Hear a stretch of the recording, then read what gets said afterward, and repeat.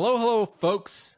It's another episode of The Work Item. And today I have my good friend, a former colleague in the Microsoft days, Vicente Plata. Welcome. Welcome to the show. No, thank you, man. Very, very excited to be here. Thank you for the invite. I've been following the show for a while, and I never wanted to push you, but I always wonder, hey, when am I going to be in? So happy to finally be here. Yeah. Yes, it is happening. The Work Item is where things are happening. Very excited to have you here and learn about your career, because from all the people I know, you have a pretty remarkable career. Let's be honest. And I'll start with the fact that you're an engineering manager at Shopify. Yeah, it's kind of an engineering lead and manager. I think the developer managers at Shopify are mostly people managers. I was actually chatting with my manager about it earlier today, and I tend to be a little bit more into the jumping between IC and management role as needed, right? Jumping between the IC and management. It's interesting. How do you do that? Well, by organizing yourself very, very appropriately, I think, and identifying the areas where you can actually unblock people instead of being a blocker, right? You're both a manager when the situation calls for it, and an IC when the situation calls for it. So it's like the Superman of engineers. I don't want to put it that way, but at least I have super fun, so there's that. And yeah, I mean, if we gotta do like performance reviews or whatever, I'm all in for gathering feedback and matching again the expectation of certain levels, or looking at promo cases or what have you. But if I have to code stuff, and if there are not enough hands, or if it's something that is like super menial and whatever, I don't know, the people that are actually coding a 9 to 5 are probably better than I am. So I just go and try to fix the thing or whatever, like quick hack and move it forward, right? I was right. You do have a remarkable career that we all want to learn more about. So there's a lot to ask. But let's start with just your journey. How did you get to this position at Shopify? I think at the very beginning, I loved computers ever since I have memory, and I like video games a lot. And I remember asking a person who my parents knew that used to fix computers, hey, how can I like actually work with computers? And he went like, oh, you probably want to learn programming. And I had no idea of what programming was, but I knew that I wanted to make video games, so I'd at least play them a lot. And I think most of us kind of got here that way.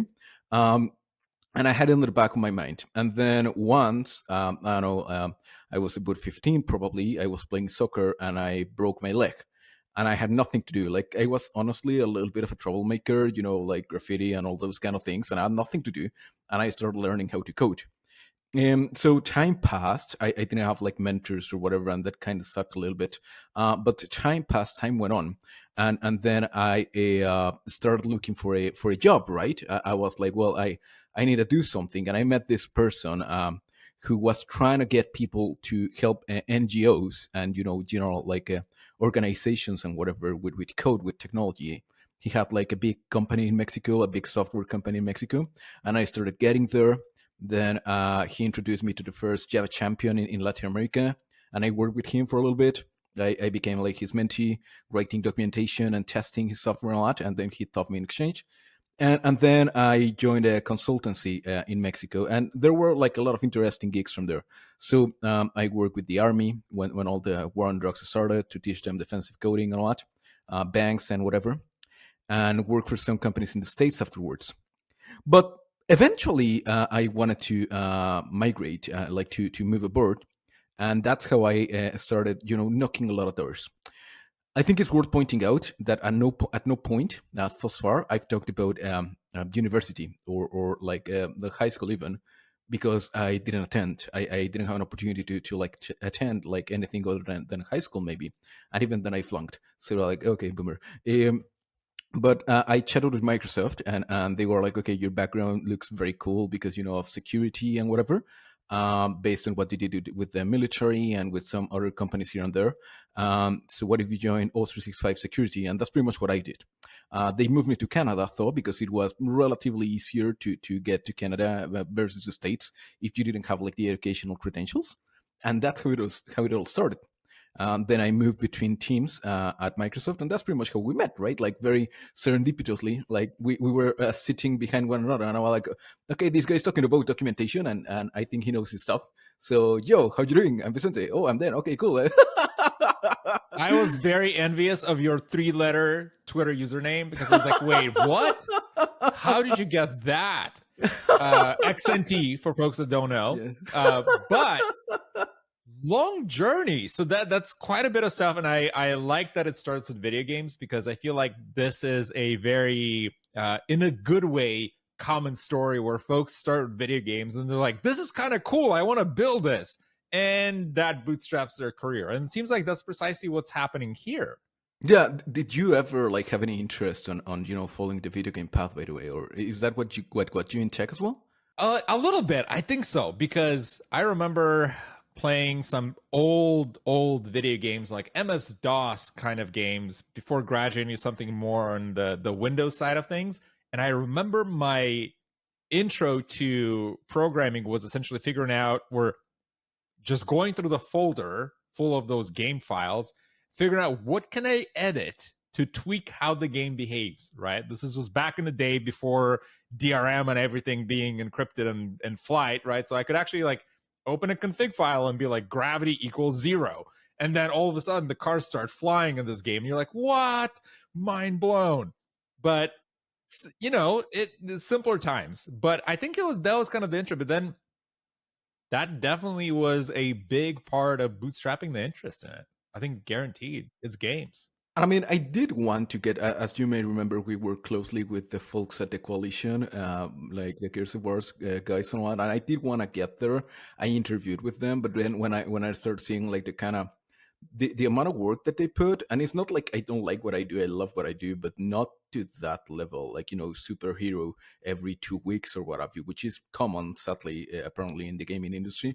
I was like, yeah, no, I think I'm good with web pages. I think it's sexy anyways. Yeah. It's interesting for sure because this is the perception that you hear a lot about the gaming industry as a whole, right? Like the concept of crunch, which is I have not talked to anyone in the game industry that has not experienced that at some point. Now, I can't generalize it to every company for sure, but it's definitely something that seems to be very widespread. And same as you, at some point, I was like, man, building games sounds like fun, right? Like you'll just, write your code and then you grab a controller and play through it and see like what the bugs are. But then I just realized that, yeah, and then you have no other pieces of your life ever. How do you relax when you're building games 24/7? Like, do you think people actually play other games, play their own games? Like, I don't know. It's a good point because if that's what you're building day in day out, like, is playing a video game relaxing at that point, or is it just more? It's like, oh my gosh, no, this Are is you exactly looking at the bugs and the renders and the sprites and all that? And go like, oh no, you're doing it wrong. Oh my goodness, no. Imagine that, yeah. It gives a whole new perspective to folks that are looking at definitive editions and all of a sudden start figuring out like I know exactly where the bug is, right? Which is fascinating because sometimes I think it was Grand Theft Auto 5 that a couple of months ago a guy or a person, complete third party, found an issue with the game because it took forever to load, and they're like, oh, well, you're parsing this response JSON from your service and you're using this string function in C and you're loading the whole string in memory every single time, parsing every single property. And I was like, how do you find that? Like, what led you to figuring out that this is where I need to start looking, right? Like, some people just have that innate skill, I think, but, to each their own. So yeah, I mean, and yeah, to try to pick it up where we left it, like I think I had some cool managers at Microsoft and some not so cool managers, and that's how we realized like the difference that actually leading people and managing people makes. And as you may recall, we onboarded a lot of folks there, from universities around the world, and I try to help them like get used to the Microsoft way of doing things, but also to the city and the country and whatever. And that also like spiked my interest for leading and mentoring, whatever, right? And I just had an opportunity in Toronto to like work with a company that I worked with before that was acquired by a company in Toronto. So I had this team in Toronto and in the States and in Mexico of developers, engineers, and all that. And they were trying to figure out how the acquisition would work. So I sadly left Microsoft Vancouver and all that, and Vancouver as well, moved to Toronto. Then I started working at a telehealth startup that went public and unicorn a lot, and I learned like a lot, a lot, a lot. And that's how I think my path like bifurcated. I left the telehealth company because I wanted to test two things. First, how it felt to be back in the semi-corporate world, like at Shopify, which I mean, it's not fully corporate as what we are probably used to, but it's bigger than a startup and it has more red tape and whatever. But at the same time, I'm like, okay, I've learned a considerable amount of stuff. What if I try to share it? What if I start doing like a side gig of, like an advisor to companies that, particularly but not exclusively in Latin America, how can we make them grow? How can I share what I've learned so far, like mistakes for the most part, and a couple of apparently like accurate choices and decisions? How can we try to empower like other people to like go through the path that I went, right? And that's pretty much what leads us here. Shopify wise, I got a gig at the Shop app by integrating Shop Pay. So I basically started like whatever has to do with Shop Pay within the app, within the Shop app, like the shopping and order tracking app and all that. That's what my team looks at. And every now and then it's the other way around. Like if there is something related to the app within the Pay product, then we also look at it. So we're very like, and again, it has to do with this thing we were talking about, like managing and ICing and all that. Same thing, like full stack, like really full stack, mobile, web, every now and then a little bit of backend and DevOps and data, and yeah, just making it happen. One area that is interesting that you called out is that the education component, right? And you mentioned from the very beginning that the university and high school was not the path that you decided to necessarily kind of go through to the very end. Um, when we talk to a lot of folks that want to get hired in the industry, that want to break in the industry in any capacity, any role, they talk about, I absolutely must have a computer science education. I absolutely must have a boot camp certificate or some kind of credential that tells them that you are qualified. Have you encountered any challenges breaking into the industry not having that credential, or that, I want to say, like the way in that is very traditional?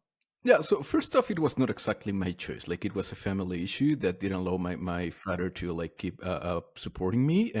So what I mean to say is I'm not here like telling people that are probably studying and watching us like, hey, do not go to school. Like if you can do it, go ahead and do it. Whether it's like 100% return on investment or not, like it's debatable, but you should definitely do it if you can, right? But I don't think I ever faced like backlash from engineering people. Like generally speaking, if you can get things done and you show that you get things done a lot, it's not a biggie. Moving somewhere else or participating on certain, like a process, like I don't know, RFPs that require people to have a degree and all that. Like you needed to find either creative ways around it or simply shy away from it. But the good thing about tech pretty much, or software pretty much eating the world, like if you don't mind the quote, is that there is like a big area of impact and a lot of different places where you can hack, right? And that's also why I started like mentoring people one-on-one, because I saw a lot of folks in Latin America that for any reason couldn't move to the States or Canada or Europe or what have you, or didn't want to, and that's perfectly fair. So how can you exponentially increase like both your income, your knowledge, your network, and all that, even if you are there, right? So, I mean, it's doable now. Back then, I don't think there were even like 17 years ago formal boot camps that would extend like a certificate, or I didn't know of any. But now I think it's more doable. If you can go through the regular way, then go for it. But I also know a lot of friends who pivoted, like they studied, I don't know, for being lawyers or being, I don't know, accountants or whatever, and they ended up pivoting, right? So that's something you can do as well. It's interesting though that there's still jobs that do post the requirement. You have to have a computer science degree to even apply. And in the age of scalable applications, when they get automatically rejected when you say yes, no, right? There is a certain barrier that you still need to overcome against that. What's your advice for folks that want to break through that, right? Because that seems like it's a baseline filter, and there's folks that know their stuff that get blocked at that kind of arbitrary constraint that you have to have this credential. But I mean, do you want to break through that though? Like, isn't it a red flag or a smell? Like, if and I mean, there may be some reasonable, yeah, excuses or whatever, like a mind set going through it that justifies having this blocker. But I think every now and then it's more of a matter of either ignorance or gatekeeping, right? And the question is, do you want to be a part of like a place with that kind of culture? Honestly, and it may be more of an entitlement or whatever, but honestly I rather wouldn't, right? I think I'd actually be thankful for that, showcasing a part of the culture that I do not necessarily feel comfortable with, right? So, and I mean, you gotta put the work and you gotta show, I'm not arguing for, this some folks that go like, oh, there shouldn't be interviews and there shouldn't be pair programming and there should, no, I mean, you gotta show it somehow. But I'm not sure if that's the way you want to show that you can do things, right? Yeah, absolutely. And I think there is a certain degree of contacting the people responsible for the job. I'll put it this way. Sometimes it helps so much to just be able to go on LinkedIn and find somebody that works at company X or a specific organization, whether it's, a governmental agency or maybe it's a nonprofit, and say, hey, I'm interested in this job. I'm such and such. What would you recommend? It's shockingly efficient. And like in the past, I've done like cold outreach to people. I don't know if you've ever done that, to just reach out to people that do not know you and get their advice. No, I don't think so. Again, and on that aspect, I feel fortunate that I somehow landed, getting to know people that were doing some cool stuff in my home country back then. And nowadays, like inadvertently, like connecting with folks like, I don't know, with you, for example, and with other people doing cool stuff like in the East Coast and all that. I've never had to do like a cold intro by myself. But if you want to, I don't think that'd be a biggie, right? I think you gotta feel like confident. And what's the worst that can happen? Like you gotta ignore it, okay, whatever. There is no blacklist or no block list or whatever, at least not that I know of.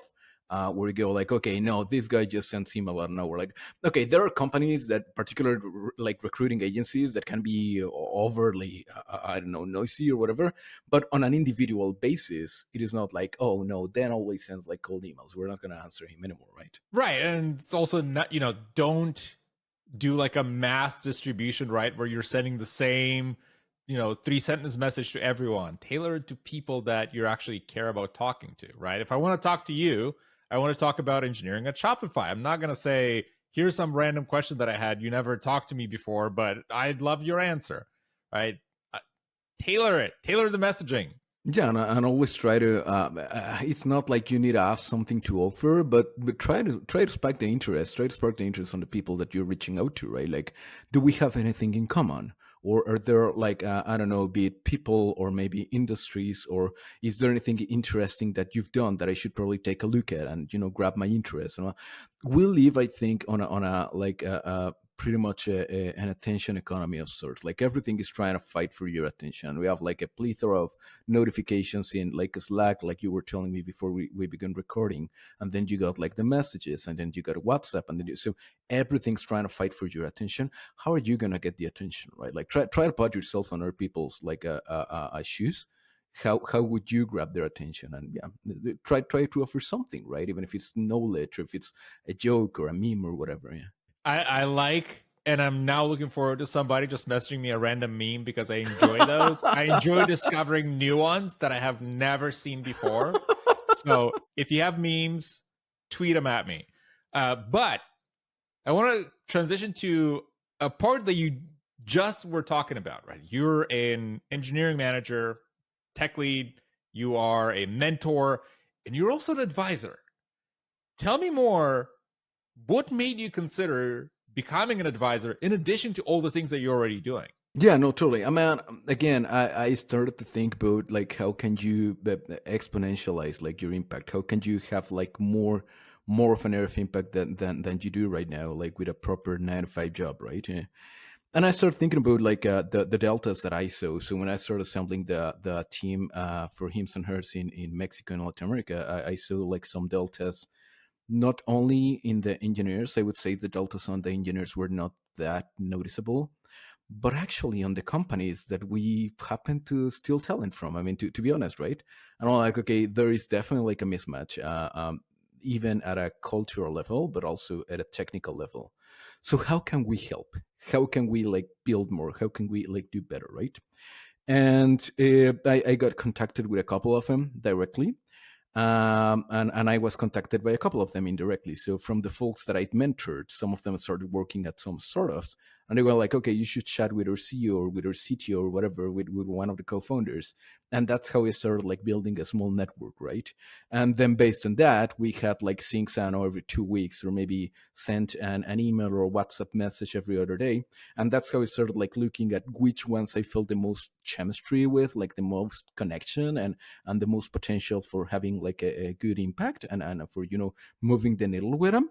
And yeah, we started like working together. And I think it's a very ad hoc thing. Like people sometimes go like, what do you do as an advisor? And I'm like, well, man, I have this experience, and I know these folks, and I've been through this and that. And it's very ad hoc, right? Like I try not to code for them because there may be some like legal nuisances to it, and also like you don't want to fish for people. You just want to like tell them how to fish. But every now and then, like, let's create, I don't know, the skeleton of a new app. Okay, off you go, right? If you're afraid of it, like having shape, or how are you gonna put it on the CI pipeline or whatever, let's do it like quickly and just to start like getting your people to work on it, right? Or I don't know, like intros, or maybe trying to provide some strategic guidance on what kind of products to use or what kind of technologies to go for. What That's part of what I do. And there are people who have also described it as a CTO for hire, something like that, where it's like, okay, I know this is coming because, well, fortunately, I think I happen to be like doing stuff all day and whatever. So I kind of feel like this is coming. You better keep an eye for it, keep an eye out for it, or try to adapt to it, or what have you. Hiring processes, which is something that a lot of companies struggle with, particularly nowadays. How can we optimize it? How can we make it more motivating for people to like apply or to like hang into your process, and how can we polish it and whatever.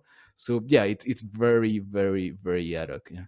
The part about helping others by projecting also your experience and your challenges and your struggles to something that others have maybe zero visibility into. Like I was thinking about stuff like compliance and regulations. I was chatting about it with a founder actually earlier today, that she knew it in the context of her country, but she had no idea that things in the States were completely different for either health or CGIS or like FISMA or whatever. So we're talking about it, right? And it's the kind of things that you get a plan in your architecture to an extent, right? Like it's not as easy. And so she was telling me like, hey, what if I just set up like a multi-tenant app? And I was like, that'll be awesome. And a new tenant for each country. But what about where you're storing the data, right? Or what about like who's getting access to that data? That goes a little bit beyond just a new schema in the database and all that, right? So that's pretty much what helps you. The perspective and just the nudges in the right direction. I think this is an underestimated piece in advising and mentorship, that sometimes folks over index on the concrete answer instead of having that little bit of direction where you can just gives you an idea of, what am I not thinking about? What am I missing in my picture that I'm painting? That sometimes an advisor can be very helpful for those things. Yeah, there's also the knowing what's possible, right? Another founder that I was chatting with a couple of days ago, I think she had another advisor that told him, "Hey, you shouldn't use React Native, right?" Even though their app, it was written in Ionic, I think, and it wasn't honestly like that complex. And I went in and, okay, do you do like, I don't know, video streaming? No. Animations? No. Okay, well, I mean, I'm writing, I think, the fourth most popular shopping app like in the States and in Canada, and we're doing it with React Native, and it works awesome. So first you show him what's possible, and then again you write like a small skeleton of it, and you go like, okay, what's the problem, right? Like it's just like the best way for you, from my opinion, to go forward. But people do not have the time. Like imagine that they're fundraising and they're trying to assemble the team, and they're trying to, so you gotta cover them, like offer them air cover to an extent, right? Beware of advisors that point you to cloud architecture diagrams, because you're going to be paying $6,000 a month for your WordPress blog that you don't need. Word of caution for advisors. But You do a lot. So, advising, mentorship, how do you balance time? What's your secret? What is your trick to making sure that you make time for everything and nothing gets dropped? My agenda, I think I set up like some cool integrations in Google Calendar. I have like a Google account for like a Google for Business account for my own stuff, and then the Shopify one. So I try to pay a lot of attention. And I also cheat a little bit in the sense that since I'm on the East Coast, folks on Central Time and Pacific Time, like yourself, like you're generally like ramping down by now, whereas I already had dinner, right? So it also helps a lot. I am relentless, and honestly, like I don't know, when my daughters starts sleeping or whatever, every now and then I play games. But honestly, I just love technology and I love helping people. So I start reading or maybe writing emails, doing intros, and going through to dos or preparing like training paths or whatever. So I think it's just a matter of actually loving what you do, and I feel very fortunate by it, right? I think it's something that we rarely stop to think about, where I could be like pretty much doing this all day, right? And I was chatting with someone on the creator economy startup, and we were talking about how a lot of people like unfortunately like doing something like YouTube videos or TikTok videos and whatever, and it's very hard for them to live from it, right? And I mean we're trying to fix it with one of the startups that I advise, like Miss Fans, for example, in Latin America. But we are lucky that we can actually do what we love, and if we put a little bit of brain into it and a little bit of heart into it, we're perfectly able to make a living and even more, right? I love your thinking in this domain because you're essentially saying that it's important to one, love what you do because realistically, we're spending a lot of time doing this. Yeah. Our jobs, look, man, it's 9 to 5, right? That's a heck of a lot of hours spent, weekly, monthly.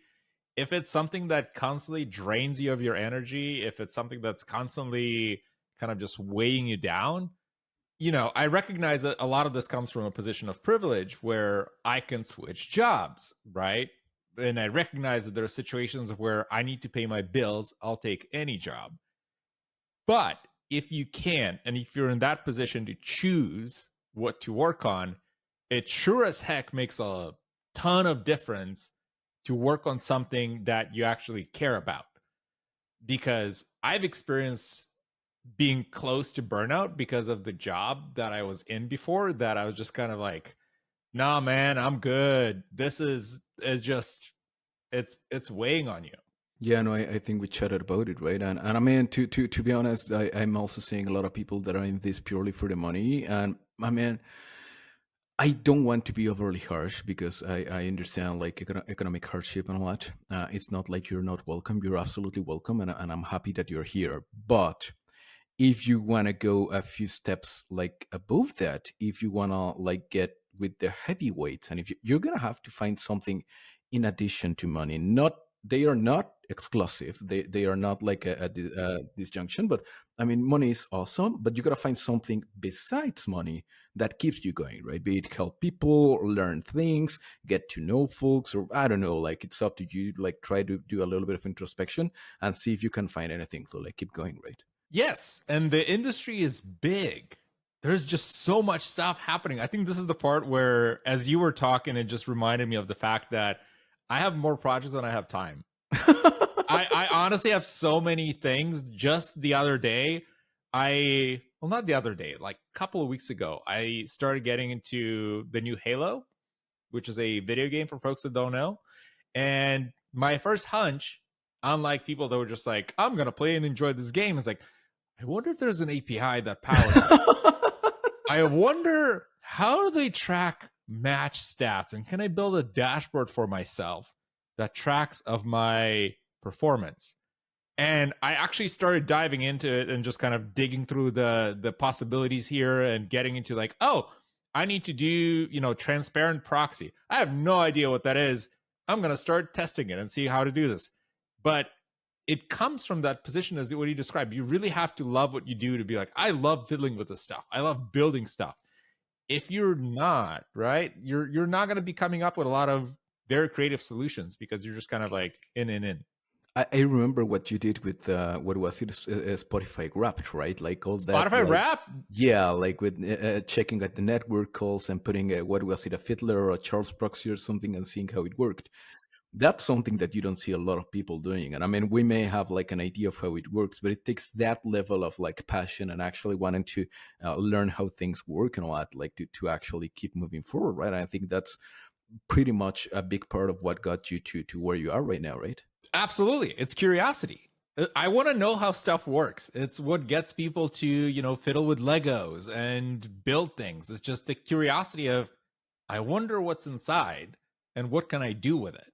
Yeah, and I mean, in my case, I feel it's more about building things. I mean, yeah, I do care. Like, you need to know how they work in order to build them, but probably not to that level of tinkering that you get into, right? In my case, it's just build it, ship it, measure it, change it, let's go for it, like, and charge for it, and okay, let's go, right? So there are different motivations, and people like, they probably look at it from the outside and go like, hey, both of these guys are just like nerds, pretty much, like cut with the same cookie cutter or whatever. But even inside, there are different motivators, and you gotta find your own, right? The motivators and figuring out what that is for you beyond just kind of the material recognition for your work, which is very important, but there's so much more to it that you can discover if you just ask the question why.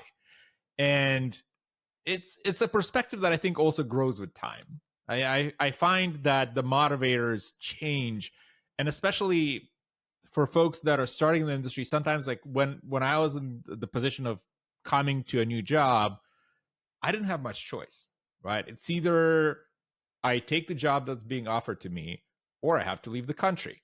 Yeah. Choice is very binary at that point, right? It's a yes or no.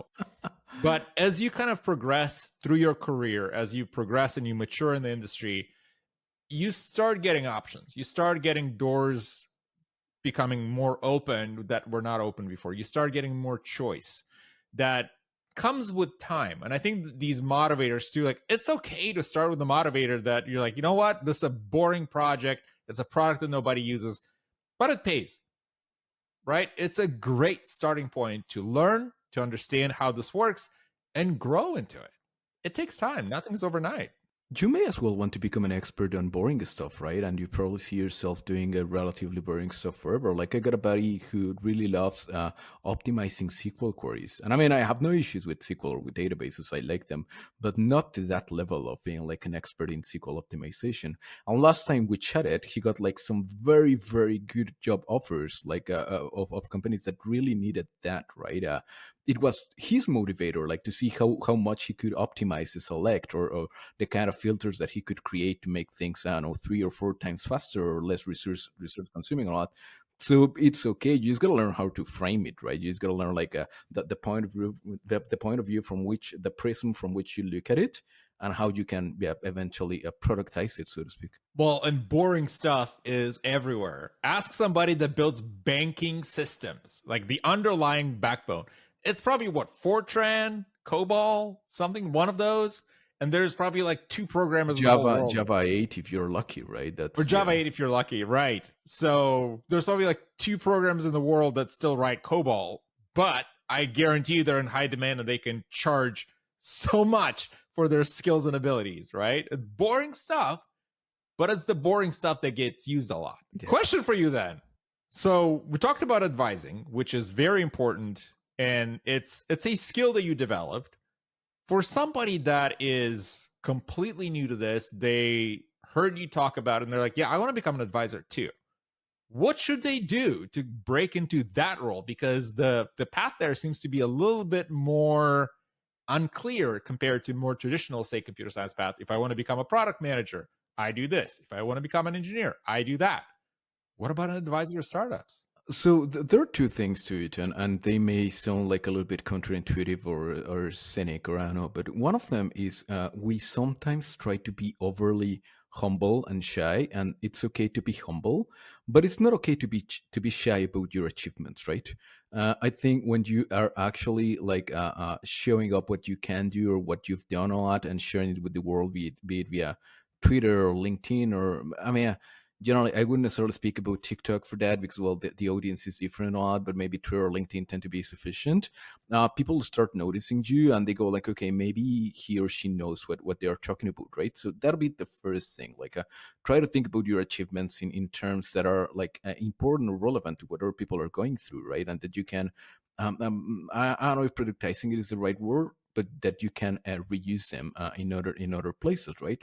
And the other one, and I gotta say, I do not feel particularly comfortable saying it, but it's about networking, and it's about like the kind of connections that you have. Now, I happen to be like fortunate enough that being in the field for, I don't know, 17 years or something, eventually just start getting to know people that make it somehow, and that they are in such a space that they can intro you to other folks that can help you like get into it, right? And I would assume like as advising gets commoditized, it's going to be way easier to like break into it, right? But right now I think getting to know people either for breaking through or for connecting, and for make people network between one another is super important. So you really gotta trust on your network, and have a very clear understanding of what your friends and what your acquaintances are doing now. And yeah, like not being shy necessarily of connecting one with another, see how they can bring value like between themselves, and create some small networks, and let it just flow through, right? I think that's generally what I've been doing, and how I've been able to like break it. Again, a lot of it came because of the folks that I helped at some point. They landed a gig and they were like, "Hey, can you help us out here?" And I'm like, "Yeah, okay, why not?" Right?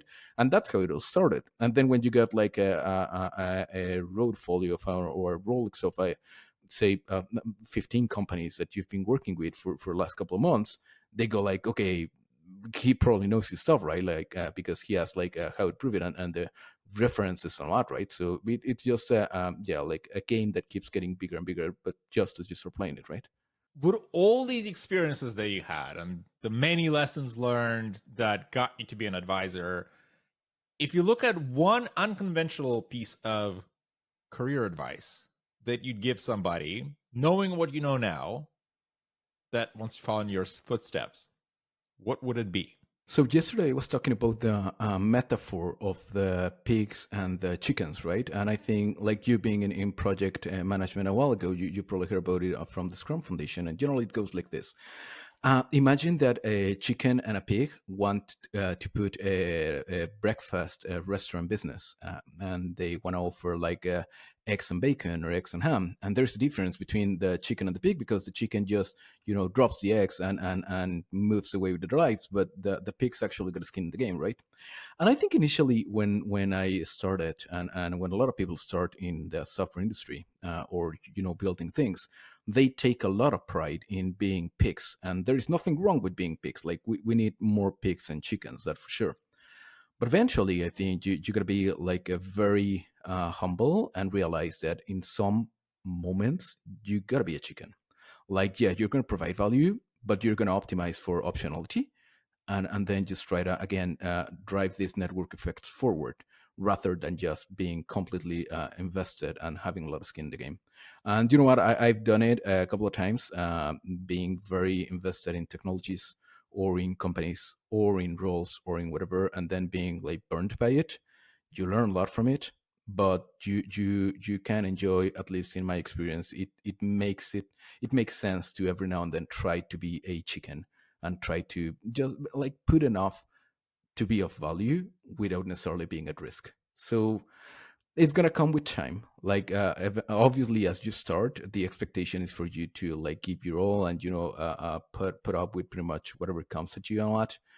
But try to look at the possibility of being a chicken after being a pig for a while, and see if it fits you. It may as well not, right? But just see if it fits you, and if that's something you like. That is wonderful advice and ties in very well to what you talked about from the very beginning, which is finding ways to make your impact exponentially grow. It's not just a linear, the higher I progress in my career, the more impact I have. You have to figure out how to get yourself out of the picture and more stuff gets still done, right? And that's challenging. Just empower, unblock, connect, and move forward. Yeah. Absolutely. Vicente, it's been fantastic chatting you. and learning so much from you, my friend. But I want to also ask you, where can folks find you online if they want to follow your adventures? I think the easiest way, and you mentioned already, is on Twitter, like XNT. But I also have like vplata, vplata.dev, vplata.dev. Ooh, dev Yeah, of domain. course. You'll find all the links. Like I would say Insta, it's XNT87, but it's mostly, like, I don't know, Canadian winters and dogs and animals and all that. So it may not be as interesting, but if you're going to go with it, the one I use the most is Twitter. I think it's evident. So it's XNT on Twitter. It's strangely common how many tech people stick with Twitter, but it's awesome. That's where you find awesome stuff. Vicente, thank you so much for being with us on the show today. Thank you very much for the invite. It's been a pleasure, and yeah, well, happy to hopefully be helpful. It's been fantastic. Take care, man.